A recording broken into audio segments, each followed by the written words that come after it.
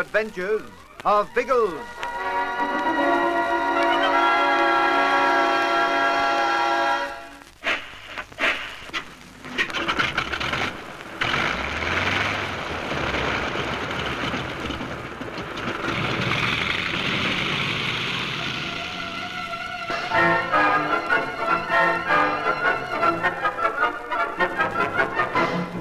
At Nanhu, Algy manages to hide most of his party in the caves before the communist soldiers ride into the oasis.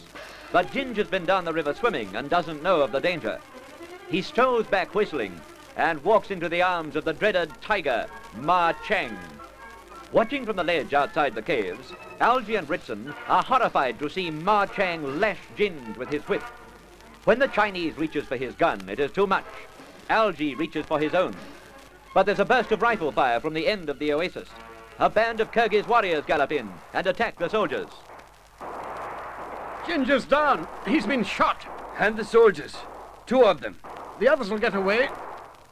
They've reached their horses. Oh, surely not. They have to ride through the Kyrgyz. Yes, one of them is down. The other isn't, by Jove. He's going like blazes. It's the tiger. But they are chasing him. He will never escape. I don't care much whether it would turn, Henrik. He's drawing them away from us. Do you think it's safe to go down? I'm going down. I want to see how badly Ginger's been hurt. Very well, but we must be alert. I do not trust those bands. Ginge! Did they get you? Not on your life. I've just been lying here having a rest. Oh, good grief. We thought you were dead. I played dead. As soon as I heard the shooting, I went to ground. I did better than the Chinks who tried to run for it. All, I think, will die. Yes, you can say it in the past tense for 3 of them. Unfortunately, the bloke who got away was Ma Chang, the big boss. The Kyrgyz will overtake him. Few horsemen can escape them in the desert. In a way, I hope they don't. I'd rather like to settle Ma Chang's hash myself. He gave you a bit of a lacing, Ginge. Your face is in a mess. And my arms. And my back. But there's no permanent damage done. My peerless beauty will stand it. Well, if he survives this, you can leave him to me. It wasn't pretty watching that exhibition. Suppose both of us gang up on him. Then we'll make sure, Algy. Quiet. They are coming back. The Kyrgyz. Holy mackerel, I thought we'd finished with them. I just don't feel like taking on an army of bandits. I don't think there's time for us to make the caves. Scarcely. They are already in the oasis. Are they likely to kill us, Henrik? One cannot be sure. But I speak their language. Wait here while I talk. Don't be an idiot, Henrik. I may succeed. We also are enemies of the communists. I wish he wouldn't do that. It's our job. He's a missionary. He's the bravest missionary I've met. Those blokes look as if they'd slaughter him for tuppence, and he isn't turning a hair. Good bloke. I say, Algy, are you okay? Hey, you're as white as a sheet. A bit groggy, that's all. Too much excitement on my first day out of bed. Good grief, I'd forgotten about that. You must be done in. Here, I'll help you back to the caves. No, I'll be... Algy! Oh. Henrik! Is it safe for you to leave those blighters for a moment? Well, what is the matter? It's Algy. He's fainted. He shouldn't have come down here. A moment, I shall be with you. This is my fault, Ginger. But I did not think of his illness. There's been so much happening. I don't know much about doctoring. Do you think it'll be safe to take him up to the caves? Now, wait, I'll make sure. He appears to be all right. Good. I imagine it was strain that made him faint. Then we'd better take him back to Father Dubron. I dare not go, Ginger. The Kyrgyz will be suspicious if I leave them for long. But tell me, how are you going with them? Well, I think they will leave us unmolested. I've pointed out that we are hiding from the communists, which gives us a sort of brotherhood with them. Their leader seemed sympathetic to me. Did they get Ma Chang? No. His horse was swifter than any of theirs. Ah. They think they wounded him, but he escaped them in the desert. Well, that leaves him for me. Righto, Henrik, go back to them.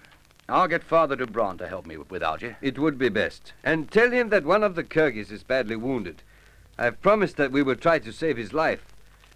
As you see, I am using all the bargaining power I can to persuade these warriors we are their friends.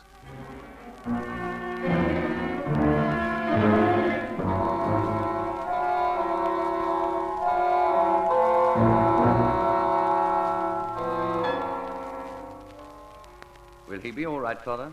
He will. Monsieur Lacey has a very strong constitution. Yes. A few hours' rest, and he will suffer little from this morning's excitement. Oh, that's good. Now, do you want me for anything else? Well, I should like to treat those wheals on your face. One of them is bleeding. Oh, there's too much to do just now, Doctor. No need to worry about me. Well, I shall attend to you later.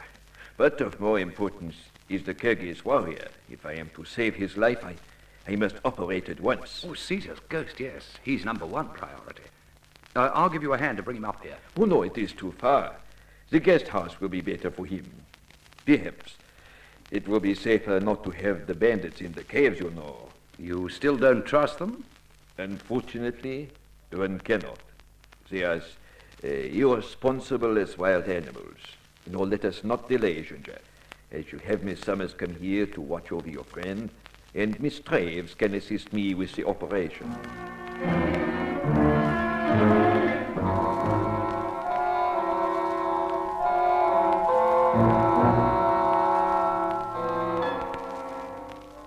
All is settled, Ginger. It was the operation on the wounded man that finally persuaded them. Then they're not going to harm us. I don't think so. They had a discussion and decided that we were of no danger to them. As you see, they have taken their horses to the water and have quite settled down. Well, I hope they don't settle too comfortably. I'd like to see them out of here in half an hour. Oh, they are not going. They intend to stay.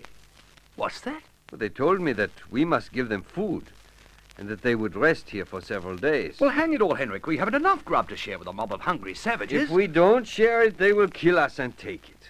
Holy smoke. What a setup. Anyway, they'll be crazy to stay.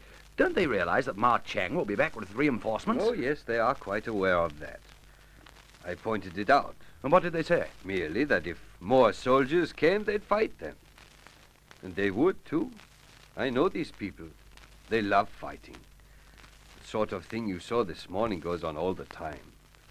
To them it is sport, entertainment. If Ma Chang comes back for them, he'll find us.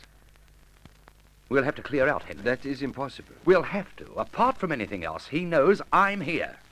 He won't leave without a darn good search for me. How can we leave, Ginger? There is nowhere to go. We would not survive in the desert. And there are your friends with the plane. You say they'll come back here. For that reason alone, we cannot leave. Yes, that's true. And we mustn't run Biggles into danger.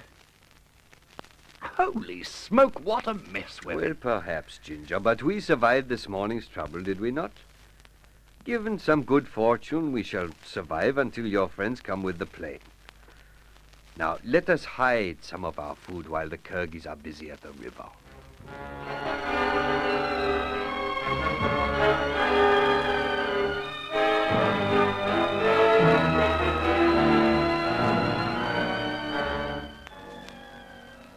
Sizzling sausages. Biggles, are those blighters going to stay in the hangar all blooming day? I hoped they'd cleared out by the time it became really hot. There isn't usually much work done in the middle of the day out here. I've never seen mechanics so blooming keen. Believe me, we Lissies would have a siesta if we possibly could. You Lissies keep wide awake. We are far from safe here. I say, Biggles, wouldn't those blighters get a shock if they knew there were a couple of Englishmen in this kite? Well, I don't want to see them shocked. I want them to go back to the living quarters so that we can go to work on that perspex. I think we could unscrew the windscreen anyway. I mean to say, it's right beside us here. Yes, we could start on it. We'll have to be very quiet and keep well down in the cockpit out of sight. But we daren't take it right out while those blokes are about. Then why not undo it down to the last couple of screws? When the moment comes, we can whip those out like steam and shoot through. I mean to say, when the time comes to scoot, there mightn't be too much of it. Might be barely useful to buzz in a hurry. It's a good scheme. Righto, Bertie. You've got the screwdriver? Oh, absolutely. We've been using it to tune up old Harriet. Hop to it, then. I'll keep watch on the mechanics in the hangar.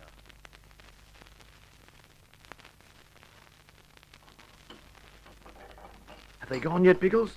Not yet. Oh, confound their belly eyes. I've just made an awful discovery. Huh? We'll have to trundle out on the nose to finish this job. Some of the fittings are outside. Confounded, are they? Never mind. Do what you can in here, and we'll finish the others after dark. It's obvious we'll have to stay in here all day. You don't think the trouts are likely to trundle away? It doesn't look like it. They're working on something on the bench in there. May keep them busy right through the shift. It's probably the motor from this plane. The port fella has half its innards missing. I hope it isn't. I'd be happy if this kite was grounded forevermore. Keep well down, Buddy. What's up? They're coming out. 3 or 4 of them. Wacko, they're going back to their quarters, what? No, I don't think they are. They're carrying something between them. It's the motor from this plane, Buddy. They're coming over here.